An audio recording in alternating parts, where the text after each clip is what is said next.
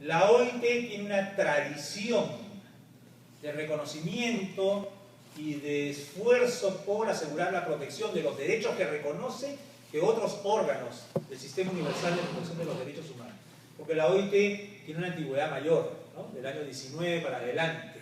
Y en general los demás órganos del Sistema Universal de Protección de los Derechos Humanos se empezaron a crear realmente en la década de los 60 para adelante, ¿no? Quizás un poco antes, pero por ahí va la cosa.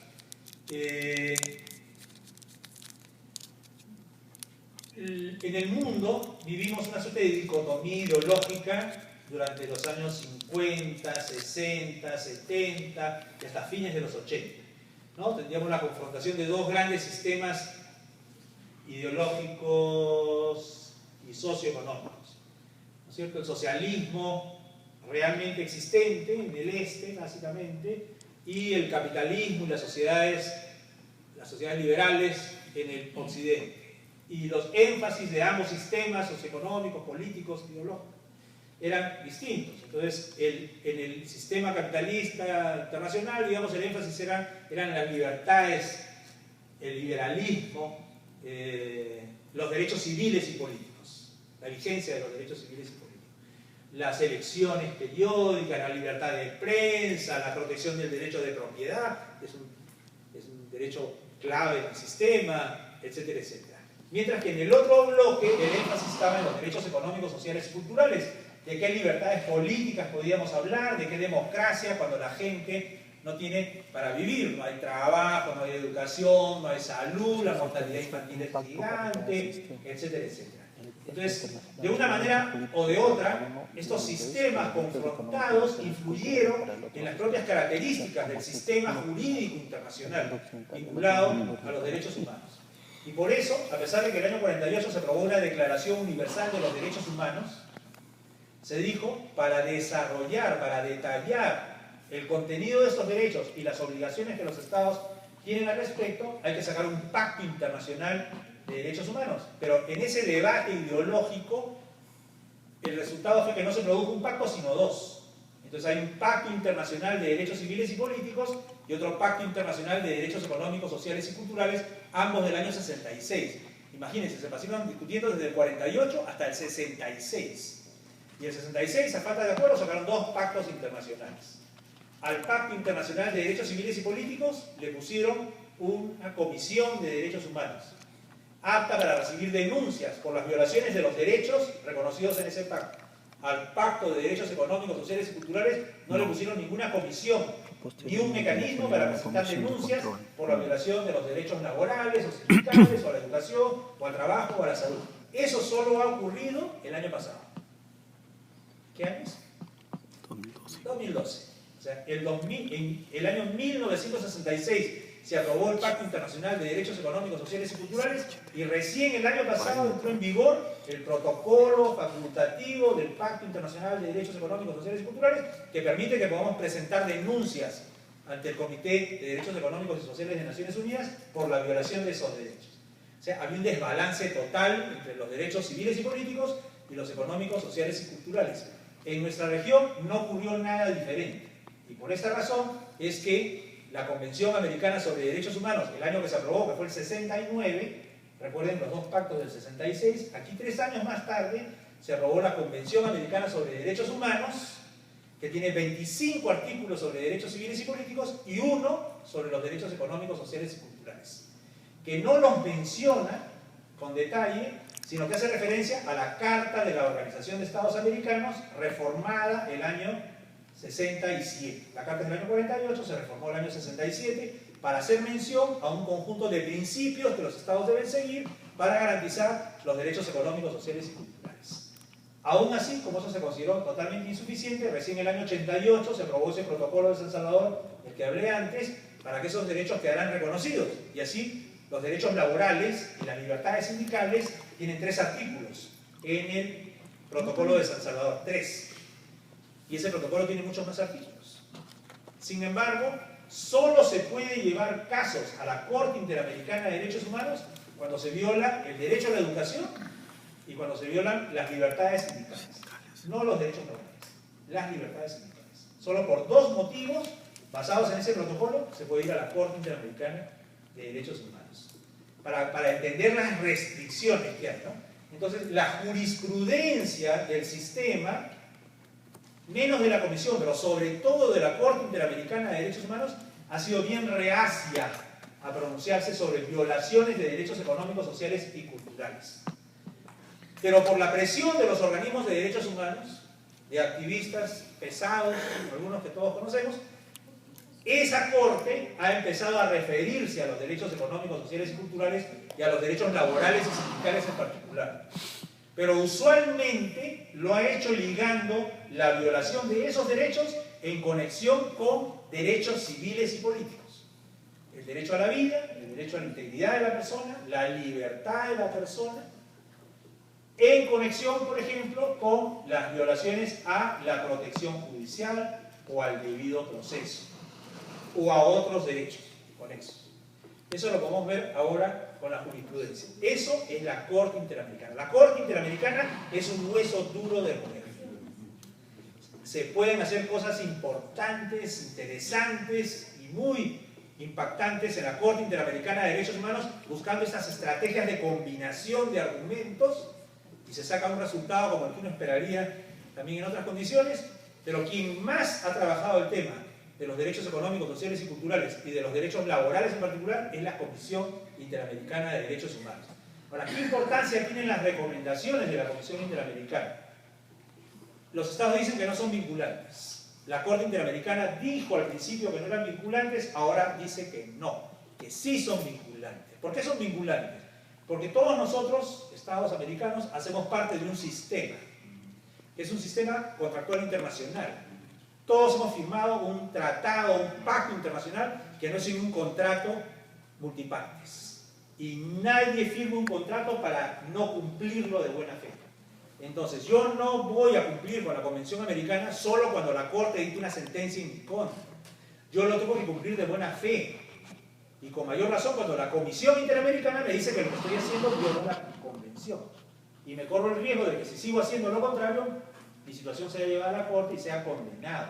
Entonces se espera que los estados cumplan de buena fe con las recomendaciones de la Comisión Interamericana de Derechos Humanos, aunque este principio sea confrontado habitualmente por las vicisitudes políticas que llevan a que en algunas circunstancias, en algunos momentos, como dice la Comisión de la Verdad y Reconciliación con el Perú, algunos países de América, algunos estados de América se nieguen a acatar estas decisiones o estas recomendaciones. Y que incluso uno vea gobiernos que llamamos de derecha como gobiernos de izquierda, todos juntos, contra las decisiones del sistema de protección de los derechos humanos. Yo creo que eso habla bien del sistema, no habla mal del sistema, sino todo lo contrario. Es más o menos lo que dice acá. En este caso, que es el caso de los trabajadores cesados del Congreso, que se llama Aguado, Alfaro y otros, la Corte dijo que cuando un Estado ha ratificado la Convención Americana, se obliga a cumplir con lo que dice la Convención Americana, y sus jueces están obligados a darle utilidad a la Convención, o sea, a preservar lo que se llama el efecto útil de la Convención, a garantizar su aplicación y que ésta no sea mermada por leyes contrarias a lo que dice la Convención o por prácticas o actos que vayan en ese mismo camino. Ahí dice el famoso control de convencionalidad, además del control de constitucionalidad. ¿Sí? También ha resaltado el valor del derecho al trabajo como derecho humano. Eso es lo que dice la Constitución de la OIT. Pero en la siguiente. Bueno, estas son unas consideraciones que el derecho humano al trabajo está protegido por todas las normas del sistema internacional, ¿no? Que son las del sistema universal, la de los órganos especializados, la del sistema regional al que uno pertenece y la de los demás sistemas regionales de protección de los derechos humanos. Y que todas esas normas interactúan y se unen en un solo derecho internacional de los derechos humanos, lo que la Corte Interamericana llama el corpus juris de los derechos humanos, o sea, el cuerpo jurídico de todas las normas. Atrás. Las normas de derechos humanos no hay que interpretarlas aisladamente o compartimentalizadas, sino relacionando unas normas con otras. Las normas de la OIT con lo que dicen las normas del sistema interamericano, o de otros órganos de protección vinculados a la prohibición de la discriminación contra la mujer, o la defensa de los derechos de los pueblos indígenas, o los derechos de los niños, o de los migrantes, o de las personas con discapacidad, o de lo que fuera. Las normas regionales operan en el marco de la universalidad, y al revés, también. Las normas de derechos humanos tienen un efecto sobre el derecho interno, que hay que repetirlo y repetirlo y repetirlo hasta que se le mete en la cabeza, no solo a los jueces, sino también a los administradores, en el caso del Poder Ejecutivo. Vuelvo a decir, o sea, yo argumentaba solo con normas del derecho internacional. Al principio se resistían a aceptarlo, luego lo tuvieron que aceptar, incluso en las sentencias que se dictaron en algunos casos que planteamos. Y lo mismo puede ser en el debate sobre las leyes. Para controvertir la ley del servicio civil, yo podía basarme solo en las normas de la OIT y en los criterios definidos por el Comité de Libertad Sindical o la Comisión de Expertos en la Aplicación de Normas respecto a la negociación colectiva o a la libertad sindical en general. O sea, no necesito argumentar con los argumentos legales internos o de la Constitución, más que suficiente. Este contenido normativo de las normas internacionales de derechos humanos son normas de orden público, que pertenecen en una buena medida a lo que se conoce como el jus cogens, o sea, son normas de derecho imperativo. No hay forma de cuestionarlas o interpretarlas o justificar el incumplimiento de las obligaciones derivadas de esas normas. Esas son cosas como antiguas ya, pero hay argumentos que dicen que el Estado no puede garantizar todos los derechos sociales o los derechos laborales en particular. El Estado no puede garantizar que todas las personas tengan trabajo, por ejemplo. Pero no todos los derechos sociales se pueden categorizar como derechos prestacionales, ¿no es cierto? Hay algunos como la libertad de organizarse sindicalmente o la libertad de presionar a través de la huelga, que no tiene que ver con una prestación del Estado, sino con una obligación de garantía o una prohibición de interferencia indebida sobre el ejercicio del derecho. Como dicen los criterios de interpretación constitucional, hay que buscar una forma armónica de interpretación de las normas. O sea, no todo es blanco y negro, hay que encontrar la manera de interpretarlas de una manera que resulten compatibles, las normas del derecho interno con las normas del derecho internacional. Sí, estas cosas ya las hemos dicho. Estos son los fundamentos normativos del derecho al trabajo en el Sistema Universal de Protección de los Derechos Humanos, la Carta de las Naciones Unidas, la Declaración Universal de Derechos Humanos, el Pacto Internacional de Derechos Civiles y Políticos y el de Derechos Económicos, Sociales y Culturales.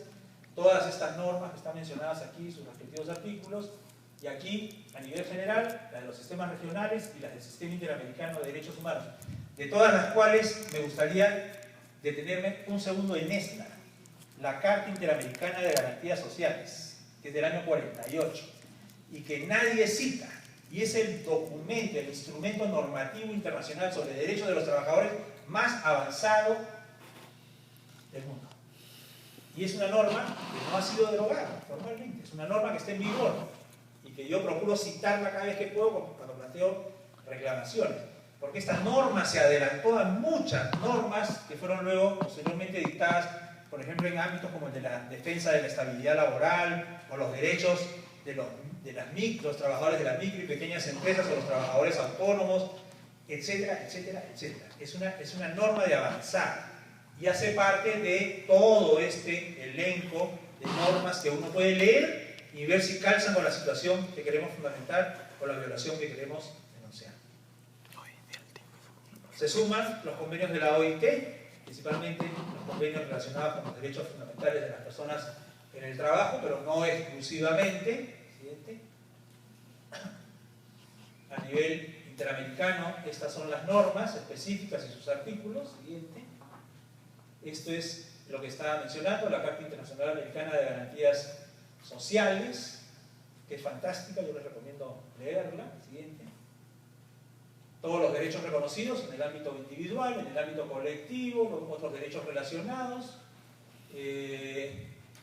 todo lo que tiene que ver con la administración y jurisdicción del trabajo. Este es el año 48. No existía el convenio 151 de la OIT, ni 154, las normas sobre la administración del trabajo todavía estaban pensándose. Aquí está todo delineado. Este es un programa de gobierno.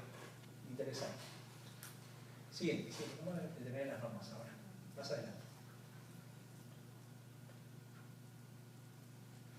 En una petición ante el Sistema Interamericano de Derechos Humanos, ante la Comisión Interamericana de Derechos Humanos, estas son las normas que podemos invocar. ¿Sí? Y aquí algunos pronunciamientos sobre algunos derechos fundamentales. Por ejemplo, en relación al tema de la prohibición del trabajo infantil. El informe de Brasil del año 97, o el de México del año 98, o el de Paraguay del 2001, donde la Comisión Interamericana ya destaca con mucho mayor detalle y nitidez este ámbito de violación de derechos claves en nuestras comunidades, en los niños que trabajan.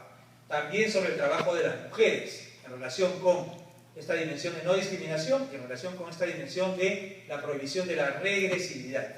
En el caso de la discriminación, este informe que se hizo sobre el trabajo de la mujer en la industria de la caña de azúcar en Haití, en el caso de Perú, cuando el año, casi lo recuerdo con exactitud, el año 95, o poco después del golpe de Estado de abril del 92, Fujimori derogó las principales normas de protección de los derechos de las mujeres.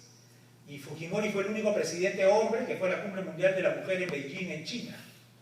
O sea, antes de eso, se había quitado las salas cunas, la licencia de maternidad pre y postnatal, les había quitado la provisión de trabajo nocturno en la amanecida, les quitó todos los derechos laborales que tenían reconocidos y después tomó su avión y se fue a la Cumbre Mundial sobre los derechos de la mujer de las Naciones Unidas. Fue ampliamente aplaudido por algunas mujeres muy desinformadas. La Comisión Interamericana también se ha pronunciado sobre la necesidad de salvaguardar salarios decentes en contextos de crisis económicas, como lo dijo en el caso del informe de México del año 98. El proceso de desregulación y apertura económica que se ha desarrollado en México desde los 80 ha incluido la desregulación de los salarios y como consecuencia de ello se ha producido un crecimiento de la desigualdad de los salarios. Cuando lo que deberíamos hacer es aprovechar las oportunidades de la globalización para aumentar los empleos, para incrementar los ingresos, para favorecer las condiciones de vida y bienestar de los trabajadores. También se ha referido explícitamente al salario mínimo en varios informes, el caso de Paraguay el 2001 o el caso del Perú del 2000, donde por ejemplo establece un criterio de correlación entre el salario mínimo y la canasta básica familiar. Cuando nosotros planteamos en nuestra agenda, en nuestra plataforma sindical, que el salario mínimo debe corresponder a la canasta básica familiar, pues el fundamento son los estándares definidos por la Comisión Interamericana de Derechos Humanos, ahí están. Por supuesto también en las normas de la OIT. Sobre la jornada de trabajo también han merecido pronunciamientos, en el caso de Paraguay, siguiente.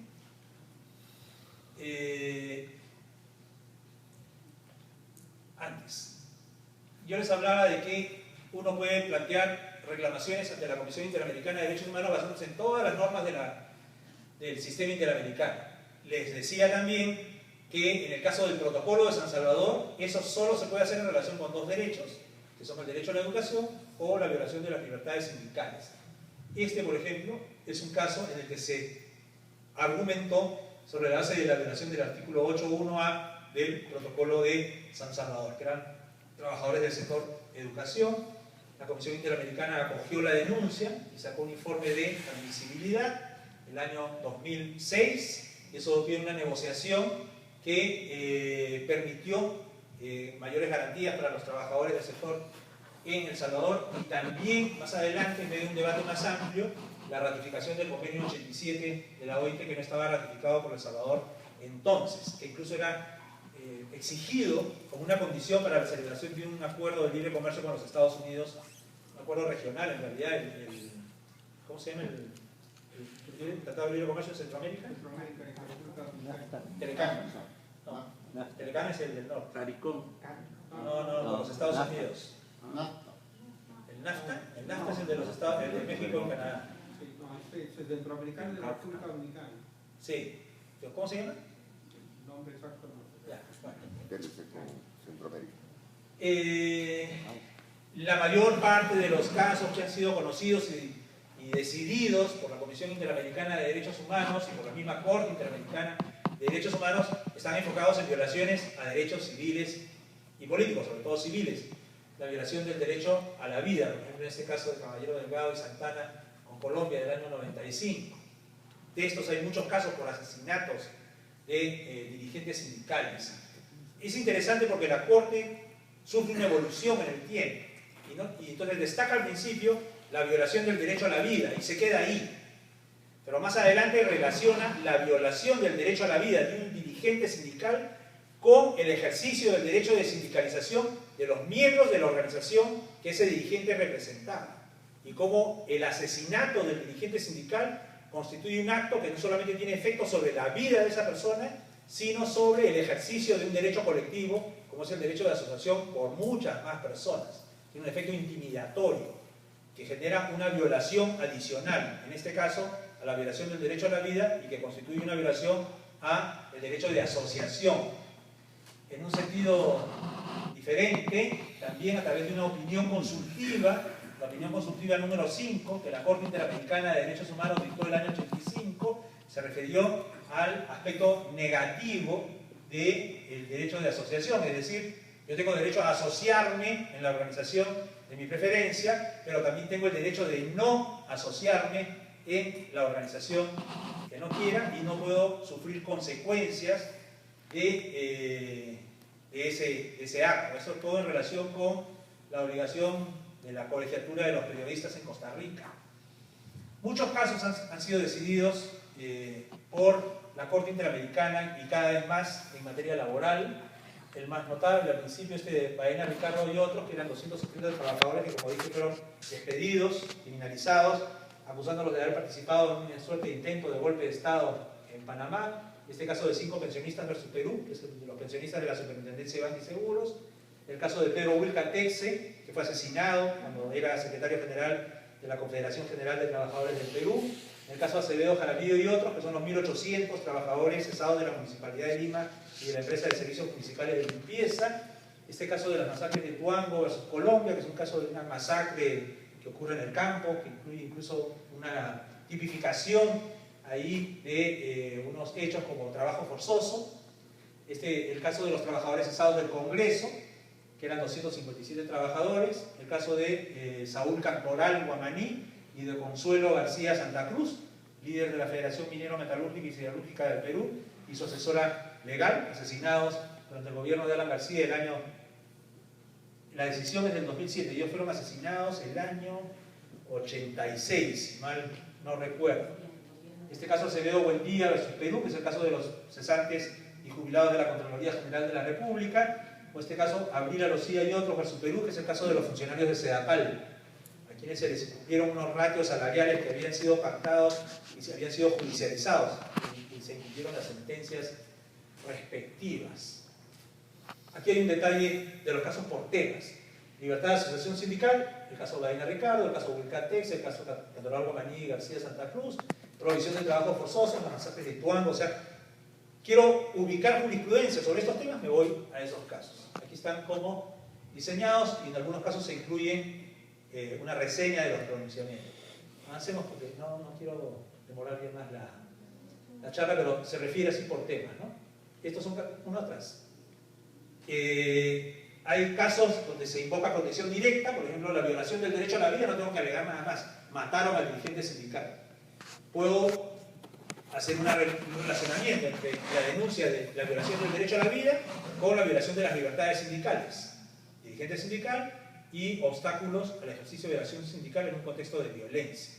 Pero también hay otras formas de relacionar derechos distintos, como en estos casos donde se denuncia la violación del derecho a la seguridad social en relación con el derecho a la propiedad privada y la protección judicial. ¿Por qué? Porque las pensiones son patrimonio de los jubilados. En el momento en que los jubilados cumplen con las condiciones que exige la ley, en ese momento ingresa un derecho en su patrimonio y los convierte en acreedores de unas determinadas pensiones que el Estado está impedido de negarles, sin violar con ello su propiedad, su derecho de propiedad, y así lo declaró la Corte en estos casos. Lo mismo, la protección del derecho al trabajo, a la estabilidad laboral, a un salario equitativo, a la huelga, o a la protección judicial, en este caso de Acevedo, Jaramillo y otros contra Perú, y así sucesivamente. Siguiente. Ya, este es más o menos los detalles y los textos. ¿Cómo más?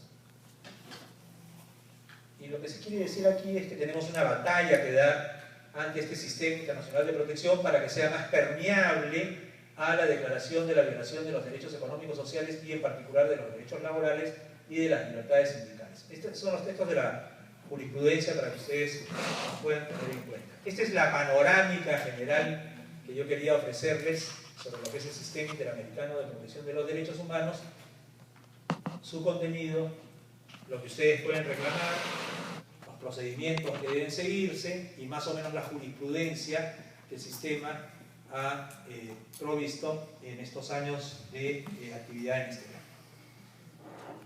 ¿Alguna pregunta?